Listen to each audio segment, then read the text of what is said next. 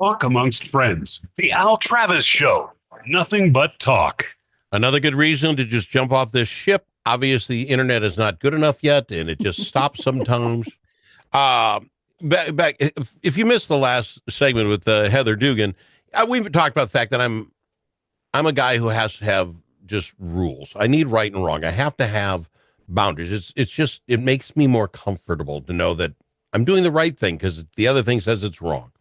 Supreme Court comes. This gal gets caught in Rochester at a Quick Trip with her junk hanging out. She's just hanging around. Evidently, she says she's a stripper. I don't know.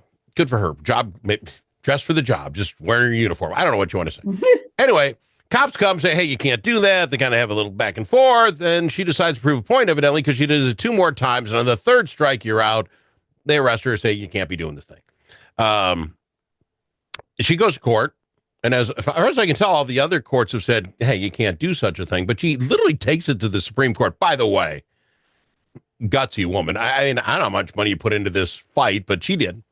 And I guess she won. The world loses, she won. The court came out and said this law was made in 1885. We pulled a lot of it from New York, the lewd and lascivious. And you know what? 140 years later, if it isn't trying to be lewd with your breast, then we can't tell you did anything wrong. I just want off this boat. I don't know how long the women have had to keep those things in captivity. I think about 7,000 years, right? I mean, I get, well, what, since mankind has come, there are societies around the world where it's completely normal. Sure, and if you want to go there, go. My point is, just don't take one version of Western society not Western. As I'm talking. I watched the History Channel yesterday, and it was all about the Egyptian princess gal, and she has a uniform thing on and thing. Anyway, right. My point being is, I don't know how we get to, and I'm going to rip Bill Clinton, make it all about politics for it. The first time this thing caught my ear was when Bill Clinton said, well, it depends what you mean by the word is. Right. And I thought there, I said, you got how many lawyers in the room? And that's literally the comeback. I'm like, how do we do this? The Supreme Court basically has done the same thing in Minnesota now. No, wait. Okay. I'm going to throw, and here's my point. Yep. The law was, whether they used the right term or not, from 1885, basically said if you get Al's definition, cover the ladies. That's what they meant. Just cover the ladies up and we're good. Guys, cover the little guy up. All that. That's what it meant. Right. Nothing has really changed except now the Supreme Court said if we really want to do that, I presume a senator's going to come up with the perfect bill that says what I mean by lascivious and think cover the girls and cover the guy. Right. Why do we have to literally, what is? We all know what it meant. So just a little, my own personal story on this one, which I think you got, wait a minute. A personal story on this. Susan, please tell me. No, don't worry. I stay clothed at all times during this story. But when as you know, I grew up in New Orleans. Yes. Not one of the more conservative towns in the world, right? And there's some free expression of the girls down there during yes. This was back. I graduated from high school in 1981, so this is that time period, right? But still, that was before the whole thing of throw me some beads thing. That for flashing, that didn't happen when I was growing up in New Orleans. That came later, just to tell you. So anyway, but really? I didn't know that. That's a relatively new thing. I didn't know that. So I grew up in New Orleans, and it was a very relatively open, flexible type of society in a lot of ways. And then I went to the University of Texas at Austin, also not a super conservative place. But I wonder why you're like you are. I wonder why you are exactly like you are.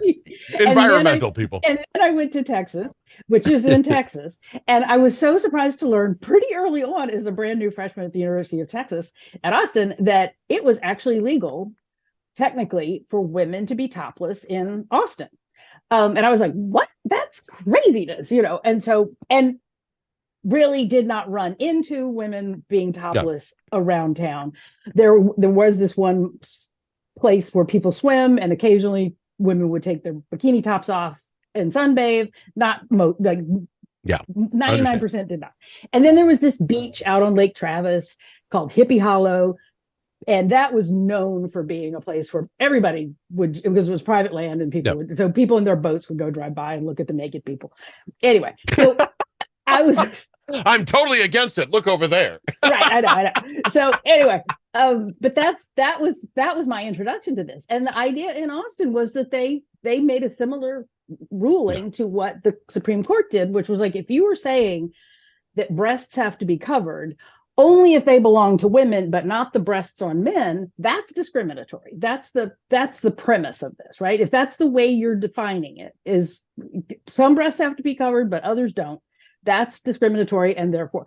So I actually, in preparation for this conversation, did a tiny bit of research, and I'm looking at a map right now. If this is accurate, of the 50 states, only Indiana and Tennessee actually make it illegal. It's questionably legal in Utah.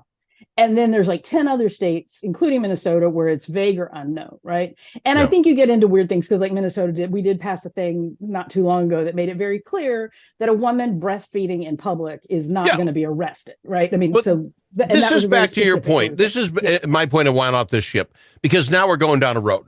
This wasn't the nude beach where everybody goes. And again, back to you, I'm 99%. You all do me as a grown-up adult. You want them hanging out at the beach, and this is where you go, and people know, no problem. But my point is, in Wyoming, in Idaho, in Montana, and the Dakotas, it's legal too. We've just sort of joined that group, right? Because of that legal definition. Maybe you're missing my point. It shouldn't be.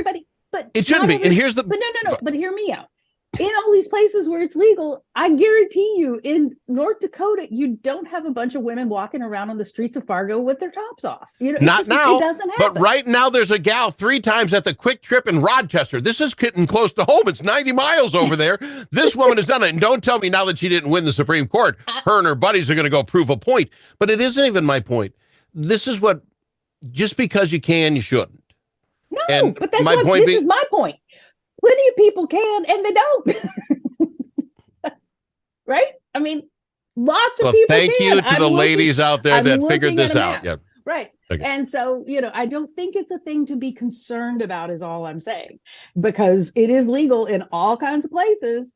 And I travel a lot. I just took a big road trip around the country, and I did not see a single topless woman. It starts with one. That's why this is a slippery slope. This is how we gave you all the right to vote. Now the ladies are out. That's all I'm saying. And it's been like this for years. It's been like this. And I was in Austin, Texas in 2025, where I just first learned about this in 1981, and still everybody had their clothes on.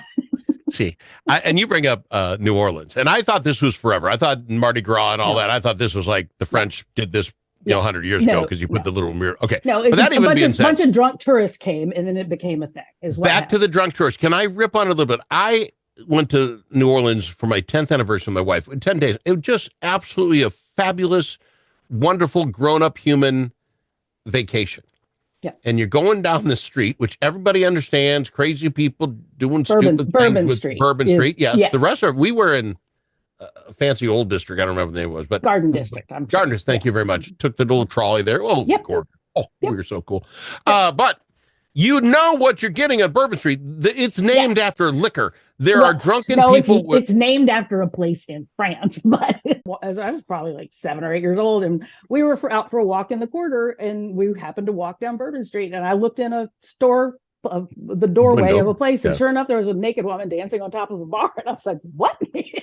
In my hometown? we kept walking. It was just fine, but yeah.